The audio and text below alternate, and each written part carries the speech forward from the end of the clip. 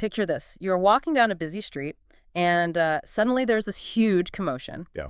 You see a young, vibrant woman, looks like she's maybe in her 20s, and she is aggressively chasing down a frail, gray-haired man in his 70s. Really? Yeah, and she's just swatting at him with a wooden stick. So naturally, the bystanders rush in, completely outraged, to intervene. Right, because that looks terrible. Exactly. But when they finally pull her off the old man, she looks at the crowd completely exasperated and says, "Mind your own business. I'm disciplining my son." Her son. Her son. She then explains that she is actually over 100 years old. Oh, wow. Yeah, she's been taking a secret family formulation called immortal lesson pills, but her stubborn son refused to take them, so he just aged normally. That is a phenomenal, albeit incredibly bizarre visual to start with. Right. But it perfectly captures the absolute absurdity of our historical pursuit of youth. And it is the perfect entry point for today's deep dive. We are looking at a really singular piece of source material today. We really are. It's a 2013 essay by Su Feng titled Lifechanyuan's View on Rejuvenation and Longevity. Yeah, quite the title. Our mission here is to trace humanity's ultimate obsession with living forever. We're going to explore some of these wild historical legends and then dig into the actual biological math of why our bodies expire. Which is fascinating on its own. Right, and then we'll look at the cutting-edge science trying to rewrite that math. And finally, we are going to hit a massive philosophical wall presented by this text regarding why, on a fundamental level, we really shouldn't want to live forever anyway. Which is a heavy proposition for you to consider as a listener, especially today. Definitely. We are swimming in a culture completely obsessed with anti-aging. I mean, you can't open a browser without seeing a new biohacking protocol or a new senolytic supplement. Or some billionaire's quest to achieve longevity escape velocity. Exactly. This source is valuable because it forces a hard stop. It asks us to interrogate the underlying purpose of an extended lifespan, rather than just blindly pursuing the medical mechanics of it. Okay, let's unpack this. Because the way this essay blends mythological desperation with modern biology is just, well, it's fascinating. It really is. Before we even get to the modern science of halting cellular decay, the text insists we look at the historical precedent. Right, it sets the stage. It paints a picture of a species that has essentially been terrified of its own expiration date since the dawn of recorded history. And that terror is most visible in people who had the most to lose. Totally. The text points to Emperor Qin Shi Huang, the founder of the Qin dynasty. When you have absolute power over the known world, the only thing that can defeat you is biology. Which is a terrifying thought for an emperor. Exactly. So his fear of death became an all-consuming logistical operation. He famously dispatched an explorer named Zhu Fu, along with a massive fleet and 3,000 men and women, into the eastern seas. Just to find the mythical Penglai fairy island, right? What? Looking for an elixir of immortality. Right, a literal state-funded naval expedition for magic potions. That's wild. But what I found even more compelling in the text was the fate of the Tang Dynasty Emperor Li Shimin. Oh yeah, that part is dark. He was taking these heavy metal and mineral compounds crafted by court alchemists, concoctions with names like the Elixir of Immortality and Five Stones Powder. And spoiler alert, they didn't work. No. The source notes that he actually died as a direct result of consuming the very treatments that were supposed to make him immortal. It's the ultimate tragic irony. I mean, the desperation to avoid death is precisely what accelerated it. I read that and couldn't help but draw a line to today. Like, we might laugh at an emperor eating mercury, but look at the extreme lengths some modern longevity enthusiasts go to. No, absolutely. People are doing unproven off-label gene therapies in their living rooms, or radically restricting their caloric intake to the point of malnutrition. Or injecting untested compounds, yeah. The mechanism is different, but the psychological desperation, that willingness to gamble your current health for the theoretical promise of infinite health, it seems identical. That is a very sharp parallel. And, the text points out a crucial nuance in this pursuit. These historical figures weren't just trying to avoid a flatline. Right. The goal wasn't to linger indefinitely in a state of frail, bedridden decay. The specific aesthetic they were chasing, as described in the source, was to maintain youth. To possess forever white hair paired with a youthful visage, I think it said. Yes, and to exude an air of immortality and profound wisdom. So they basically wanted the social capital of deep wisdom without paying the biological tax of aging. Exactly. Which brings up the legendary lifespans the essay references. Well, we see this across different cultures. The source mentions the biblical Adam living over 900 years. And the Chinese legendary figure Pengzu. Yes. Who allegedly lived for over 800 years and, remarkably, had 50 marriages. That's a lot of weddings. Too many weddings. But the one that really stood out because it edges closer to the modern era is Lifechanyuan. Ah, the famous herbalist from the late Qing dynasty and the early Republic of China. The text claims this man lived to be 256 years old. Which is just hard to fathom. It says he had 24 wives and that he was supposedly still lecturing at a university at the age of 200. Wow. What makes this particular account so interesting is that the source specifically notes his longevity was reportedly covered by Western media, like including the New York Times and Time magazine. It really illustrates how eagerly even modern institutional frameworks want to validate the possibility of radical life extension. We just want to believe it so badly. We do. We want to believe that if we just find the right adaptogenic route or the right breathing technique or hidden knowledge, we can bypass the biological limits that govern everything else on the planet. And this obsession obviously wasn't confined to the aristocracy or high-level herbalists. It trickled down, right? Yeah, it permeated everyday folklore. And the folklore in this essay takes some incredibly dark, almost comedic turns. It really does. Besides the 100-year-old mother chasing her son, there's the legend of the aged servant. Oh, the story is wild. The source recounts a story of a wife whose husband has been away for an extended period. She becomes lonely and initiates an affair with an elderly servant in her household. But he's old, he's frail, and he isn't exactly thriving in this new dynamic. Right, he's physically failing to meet the demands of the situation, let's say. Right. So she decides to give him a secret family formula, something called the elixir of the aged servant. And the text says it works miraculously. He completely rejuvenates. His vitality returns, and they end up having 2 children together. But eventually, the reality of the affair is going to be exposed. So to cover her tracks, she murders him. Which is a brutal twist, but the subsequent detail is what anchors it as a profound piece of mythological folklore. Oh my gosh, yes. The source notes that after she kills him, she inspects his remains and discovers that his bone marrow was incredibly plump and his bones were miraculously strong. I actually had to read that sentence twice. She murders him and then essentially performs an autopsy just to verify his bone density. It's so specific. But think about what that represents. Even in a mythological story, there is this underlying biological intuition. Right. The storyteller didn't just say he felt younger. They specifically targeted bone marrow, the actual physiological site of blood cell production and vitality. They were intuiting a biological mechanism for youth, even if they were wrapping it in magic. And that intuition bridges perfectly into the medical history the source outlines. Remember the immortal lesson pills from the story of the 100-year-old mother? The ones the son refused to take. Exactly. Mm-hmm. The text claims those mythological pills were later adopted by a very real, highly revered historical physician named Huatuo. Oh, fascinating. He allegedly refined that folkloric recipe into longevity and vigor kidney-nourishing pills for the imperial court. It shows a direct pipeline from village folklore to institutional, state-sponsored medicine. And as we pivot to the modern era, the essay argues that modern science is fundamentally just taking Huatuo's project and moving it into a sterile lab. It's no longer about secret family recipes. It's about what the source presents as the mathematical certainty of cellular division. The Hayflick limit, essentially. Though the text doesn't use that exact term, it describes the exact biological mechanism. Right. The source outlines that human cells are programmed to divide about 50 times starting from conception. And on average, each of those divisions takes around 2.4 years. So if you do the basic multiplication, 50 divisions times 2.4 years, you arrive at a natural, hard-coded human lifespan of roughly 120 years. And that number, 120, is critical. It implies that aging isn't just a gradual accumulation of rust on a machine. Right. It's not just wear and tear. Exactly. It is a highly regulated, mathematically precise software program running in our biology. But the text immediately follows that up by pointing out that scientists are actively trying to hack the software. Of course they are. It references research from the University of California, Berkeley regarding a longevity gene.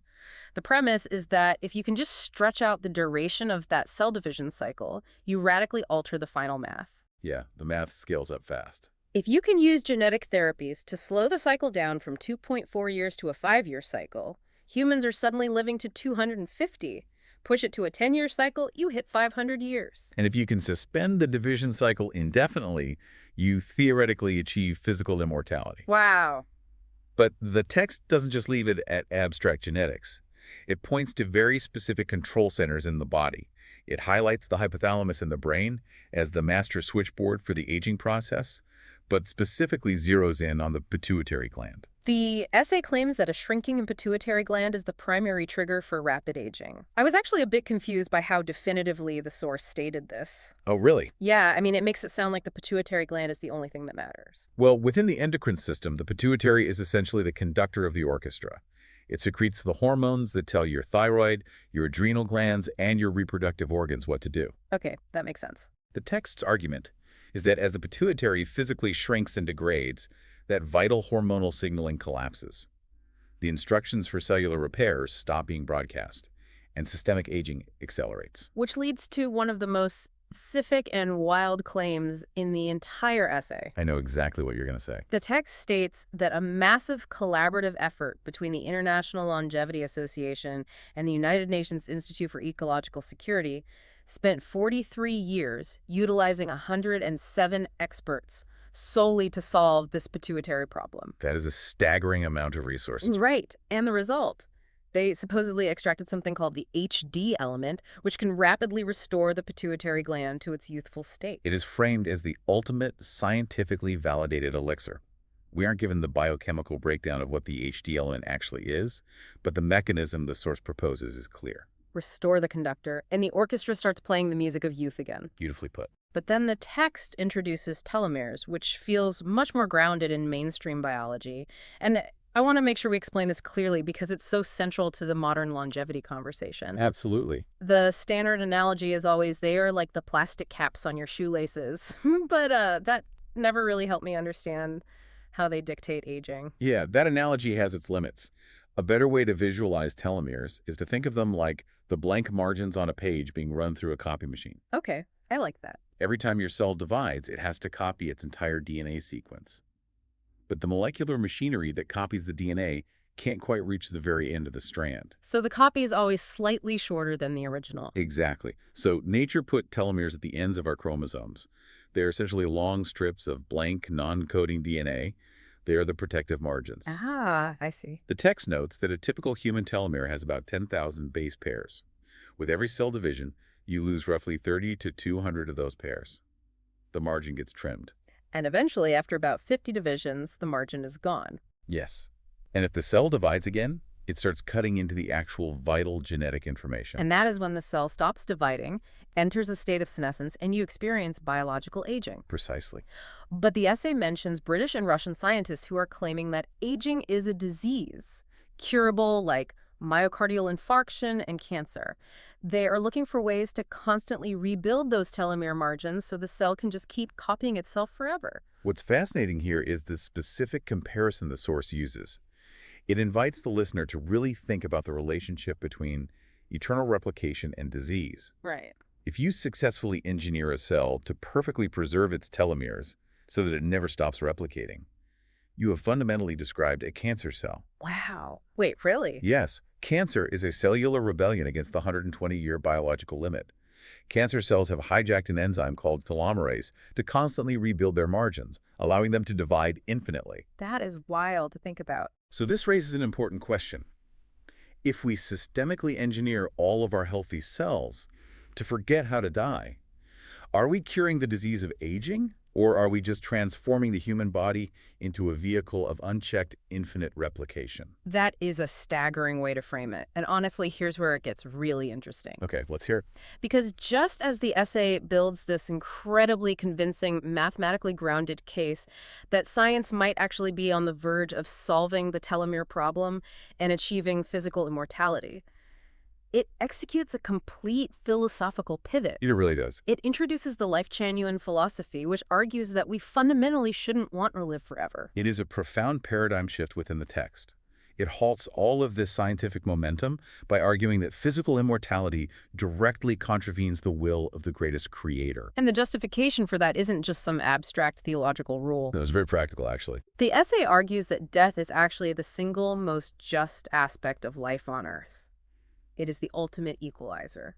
Because if people were immortal, the injustices, the hierarchies, and the suffering of the world would be locked in place forever. Think about the socioeconomic implications of that.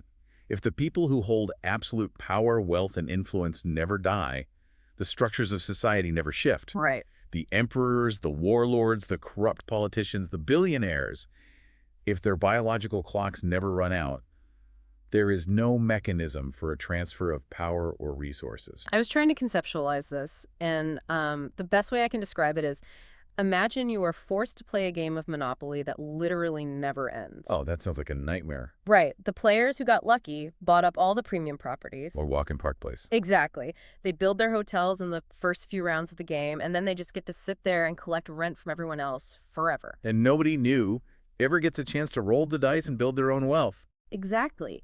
In this context, death is the mechanism that clears the board. It resets the game so a new generation can actually play. That is an excellent way to conceptualize the source's argument. Because without that board reset, you don't just get deep systemic inequality, you get complete evolutionary stagnation. Everything just stops. The text explicitly states that everyone about, the talented, the beautiful, the high-ranking, the ordinary strike, they all must die for new, evolving phenomena to emerge. It's an incredibly liberating thought, actually. It is.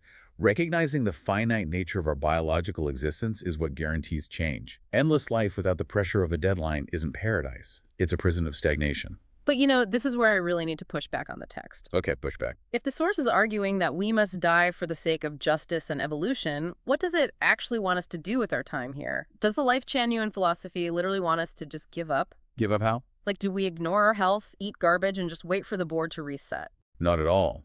And this is where the nuance of the philosophy really shines. It introduces the concept that the physical body is merely a vessel for the spirit. Okay. It compares the body to a vehicle, a ship, or perhaps more accurately, a highly specialized spacesuit designed exclusively for the environment of Earth. Okay, so you don't worship the spacesuit, but you still need to patch the leaks if you want to survive the mission. Precisely. The philosophy argues that it is a profound mistake to invest all your energy into trying to make the spacesuit immortal, because the physical body is inherently restricted to this material plane. It can't go with you. Right. It cannot reach heaven or higher dimensions. Only the spirit is eternal, and only the spirit can ascend. However, because the body is the vehicle carrying your spirit through this specific phase of existence, it requires meticulous, joyful maintenance. And the text provides a highly specific goal for that maintenance. The ideal isn't to live forever, but to live to exactly 120 years old. Which brings us right back to that hard-coded cellular math of the 50 divisions. The philosophy aligns its spiritual goal perfectly with the biological Hayflick limit. It's a very neat parallel. But the goal isn't just to stubbornly drag yourself across the 120-year finish line. The text says the ideal is to reach 120 completely free from illness, free from disasters, and free from pain. Sounds pretty nice. And it includes this incredibly vibrant metric. The goal is to enjoy love until the age of 100. If we connect this to the bigger picture, we see that the source isn't anti-health, and it certainly isn't romanticizing suffering or premature death. Right. It is fundamentally anti-obsession. It is asking you to take the finite time you have and live it vibrantly, flavorfully, and wholly. You maintain the vessel perfectly, not out of a desperate fear of losing it, but to ensure the journey is as smooth and rich as possible. But then we get to the end of that 120-year journey, and the text introduces something called Chanyuan meditation. Ah, yes. And I have to admit, this concept gave me pause. The source describes using this meditation to joyfully discard the physical body. It's a big concept. Wait, you're telling me if I'm 120, I've taken perfect care of my vessel, I'm pain-free, I've enjoyed love until 100, I'm supposed to just intentionally check out. How does that even work? It is a radical concept, especially to a Western mindset, that views death exclusively as a medical failure to be fought until the bitter end. Absolutely. The text frames Chanyuan meditation as a conscious, voluntary untethering from the nervous system. It's not presented as suicide or giving up. It's framed as a graduation. A voluntary exit strategy. Yes. Once the spirit has learned everything it can from the earthly environment and the vessel has reached its natural mathematical limit, you don't cling to it as it degrades. You let go. You use meditation to peacefully and joyfully step out of the suit. And according to the text, the spirit then travels to higher levels of life realms. It specifically names as the Thousand-Year World, the 10,000-Year World, or the Elysium Islands continent. So death isn't a cliff you fall off, it's a door you consciously choose to walk through. Exactly. But that transition is only possible and only joyful if you have fully accepted the limitations of the physical vessel in the first place. So what does this all mean for you, the listener? This has been such a wild journey through this text. He really has covered a lot of ground. We started with emperors funding massive fleets to find magic islands. We talked about mythological wives checking the bone marrow density of their rejuvenated lovers. Don't forget the mother chasing the sun with a stick. Right. And then we broke down the actual math of telomere margins in cancer cells, and we ended up at this profound philosophical argument that death is the engine of justice that keeps the monopoly board of life moving. It completely reframes the anxiety around aging. It invites us to stop viewing death as a biological design flaw and to start viewing it as the necessary boundary that gives life its shape, its urgency, and its meaning. And so as we wrap up today's deep dive, I want you to think about how you are operating in your own life. Think about where your energy goes. That's the real takeaway. How much of your daily anxiety is tied up in worrying about the eventual expiration of your physical vessel? Are you so obsessed with preserving the spacesuit that you are forgetting to actually explore the planet you are currently on? That's a great way to put it. Are you living a vibrant, flavorful life? Or is your primary operating system just a desperate attempt to delay the inevitable? It is the subtle but massive difference between merely surviving longer and actually living deeply. The essay leaves us with this incredibly poetic line. Seeking the infinite in life is as futile as looking for fish on a tree. I love that line. But it also clearly acknowledges that modern science, with its longevity genes and telomere therapies, is creeping incredibly close to manipulating our biological software. So I want to leave you with this final provocative thought to mull over. Well, yet on us. If the biohackers and the scientists actually succeed, if we figure out how to freeze our cell division, perfectly rebuild our telomeres, and cure the disease of death entirely, would we simply be trapping ourselves? By trying so desperately to cheat the system and refuse the board reset, could humanity accidentally lock itself out of the spiritual evolution this source describes?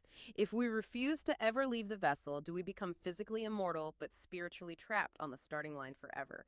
Keep exploring, keep questioning, and we'll catch you on the next deep dive.